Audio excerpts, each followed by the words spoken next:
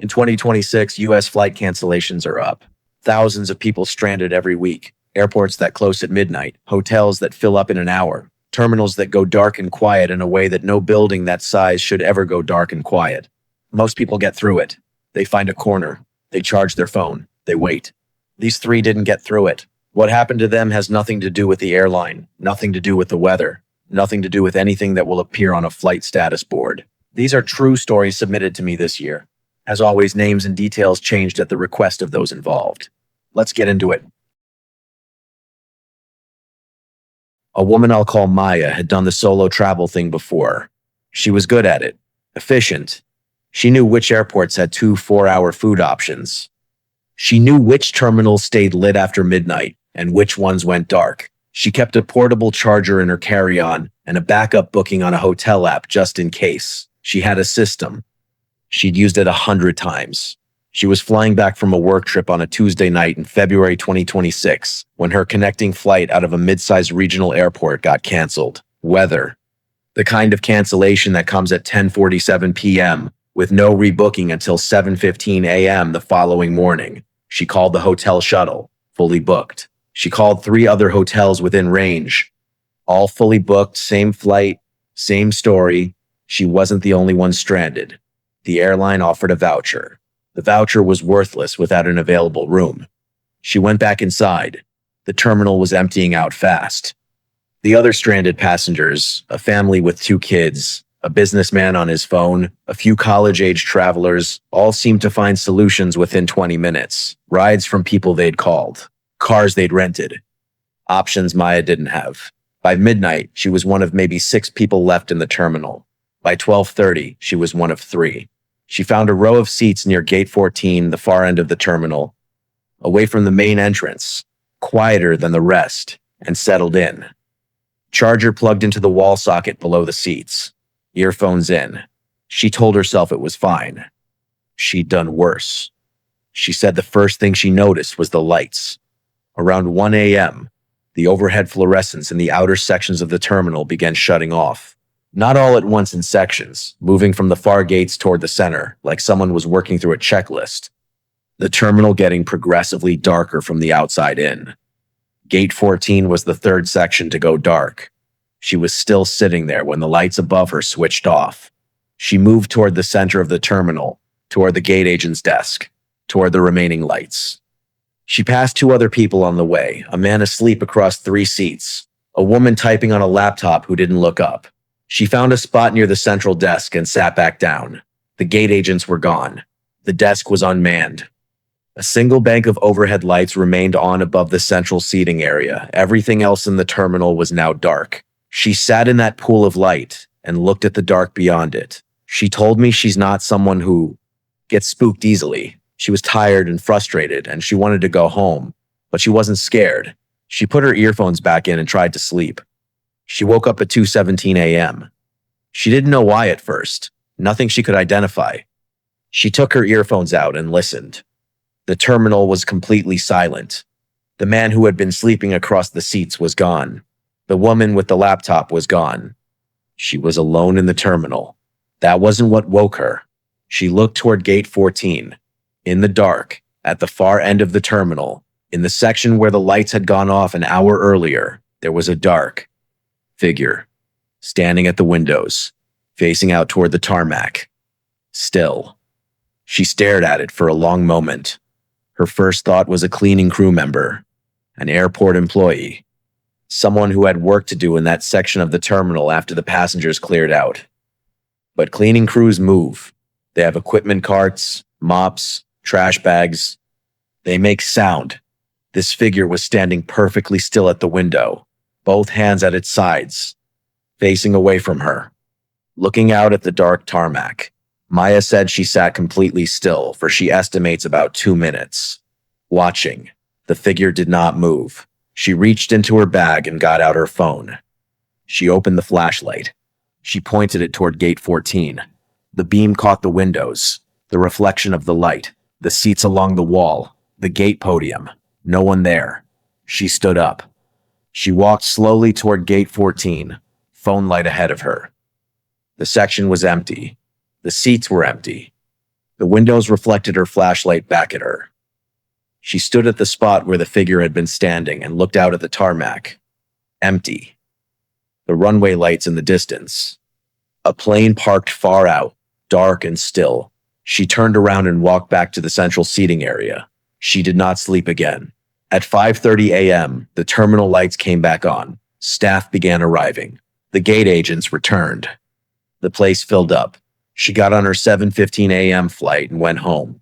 She told me she filed a noise report with the airline, a complaint about the lights going off, and in the process, asked the gate agent if there was any reason for an airport employee to be in the terminal during the overnight hours.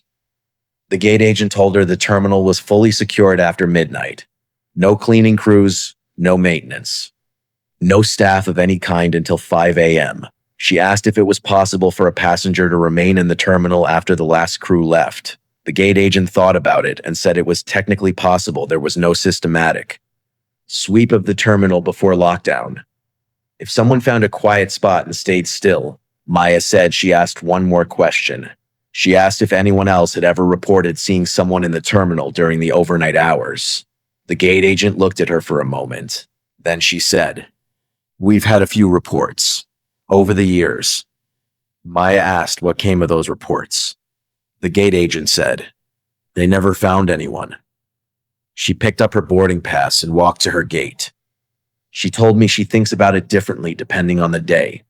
Some days she thinks it was a trick of the light, exhaustion, the kind of visual distortion that happens to people who've been awake too long in a strange, dark space. Other days she thinks about the gate agent's face when she answered that last question. Not surprised. Not dismissive, just tired. Like she'd heard it before, Maya said. Like she already knew the answer before I asked. A man I'll call Ryan thought the coincidence was funny the first time. He travels for work.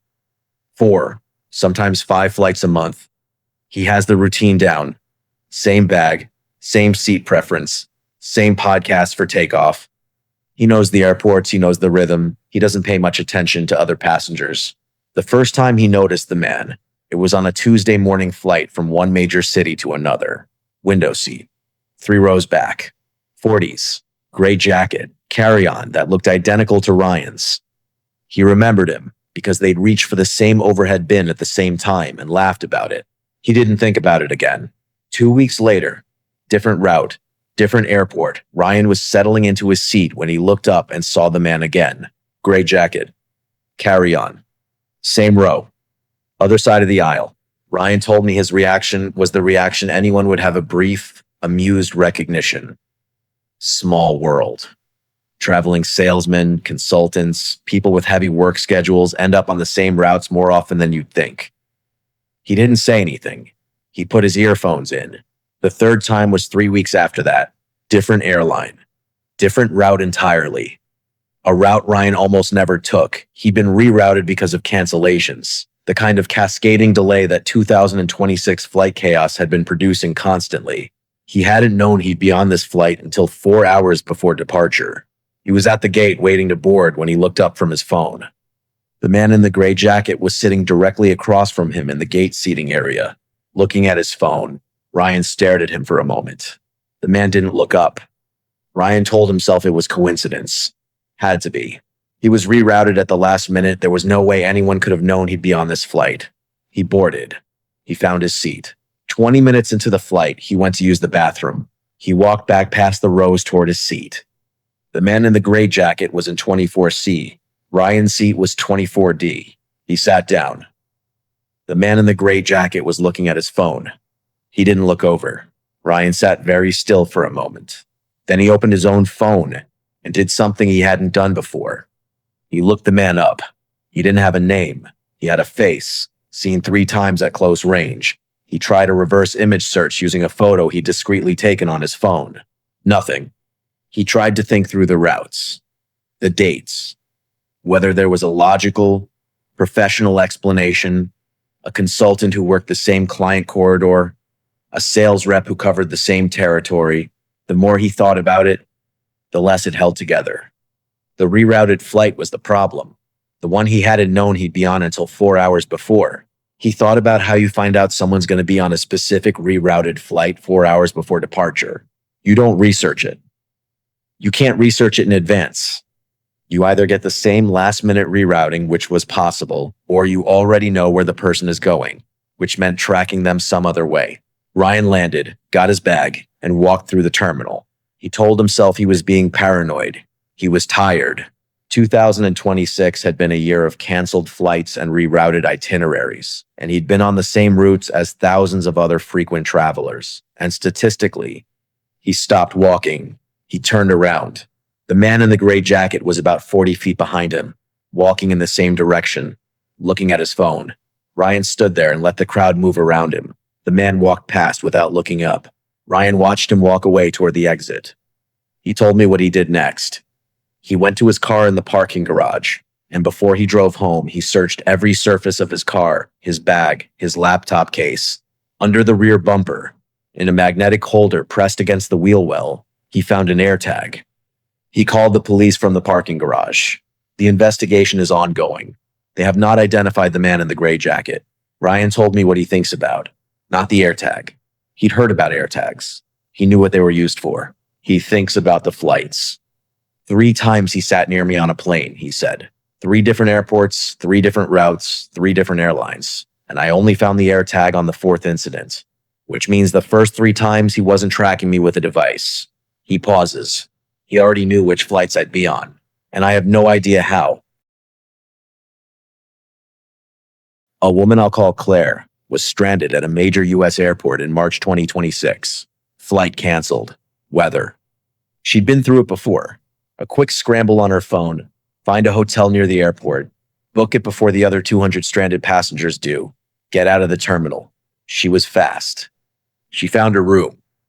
A mid-range chain hotel, 10 minutes from the terminal by shuttle, available for 1 night, a reasonable price. She booked it and confirmed within 4 minutes of the cancellation announcement. The shuttle came. She rode with 6 other stranded passengers. She remembered them. A couple with matching luggage, 2 businessmen who knew each other, a young guy with headphones, an older woman traveling alone. They checked in.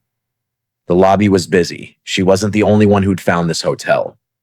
The desk clerk looked exhausted. She got her key card. Room 9. Ground floor. End of the corridor. She found the room, let herself in, put her bag on the luggage rack. Standard hotel room. Clean, functional, anonymous, the way hotel rooms near airports always are. She showered. She got into bed. She turned off the light. She woke up at 3:18 a.m. She told me there was no specific sound, just awake. The specific displacement that comes from sleeping somewhere unfamiliar, the wrong darkness, the wrong sounds from outside. She lay still and waited to go back to sleep, and then she heard it. Movement. Very faint, from the direction of the closet on the far wall. Not a sound the building makes. Not pipes. Not the HVAC system. Something deliberate. Something that had weight. She lay completely still. The sound stopped. She waited. 30 seconds. A minute. Silence. She told herself it was nothing. A mouse. An adjoining room. She was tired and stranded, and her nervous system was on edge, and she was lying alone in an unfamiliar room at 3 a.m., and it was nothing. She closed her eyes. The sound came again. This time she was certain. Something in the closet. Something moving. Claire said she did not scream. She did not jump out of bed. She lay completely still, the way your body sometimes makes decisions without consulting you. And she thought very clearly, if I stay quiet, whatever is in there doesn't know I heard it. She lay still for a long time. Then, slowly, she reached to the bedside table. Her phone. She opened it under the covers, shielding the light. She called the front desk. In a low, flat voice, she told the clerk she thought there was something in her closet. The clerk paused, then asked her to stay on the line. He was sending someone.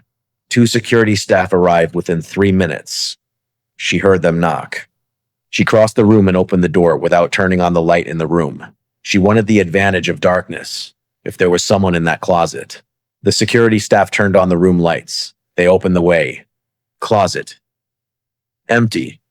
Hanging rack. A single wire hanger. Nothing on the shelf. Nothing on the floor.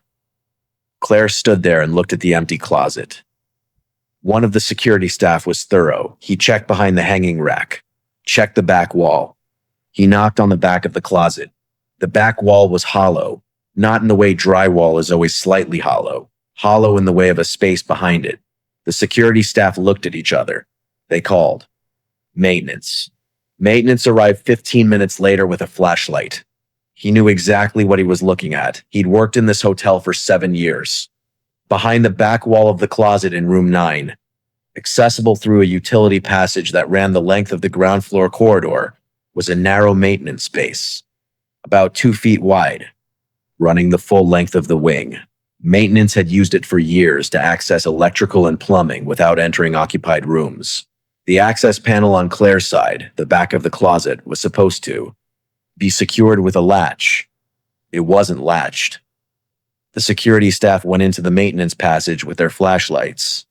Claire stood in her room and waited. They came back 4 minutes later. They said the passage was empty. But one of them, the younger one, she noticed didn't say anything after that. He just stood in the doorway of her room and looked at the floor. She was moved to a different room, a different floor. She did not sleep again. In the morning, she filed a formal complaint and asked for a copy of the hotel's security footage from the ground floor corridor during the overnight hours. The hotel declined. They cited privacy policy. She filed with the local police department. A detective followed up with the hotel the following week. The detective told her the footage from the corridor outside. Room 9 showed her checking in at 11:42 p.m. It showed the corridor empty until 3:06 a.m.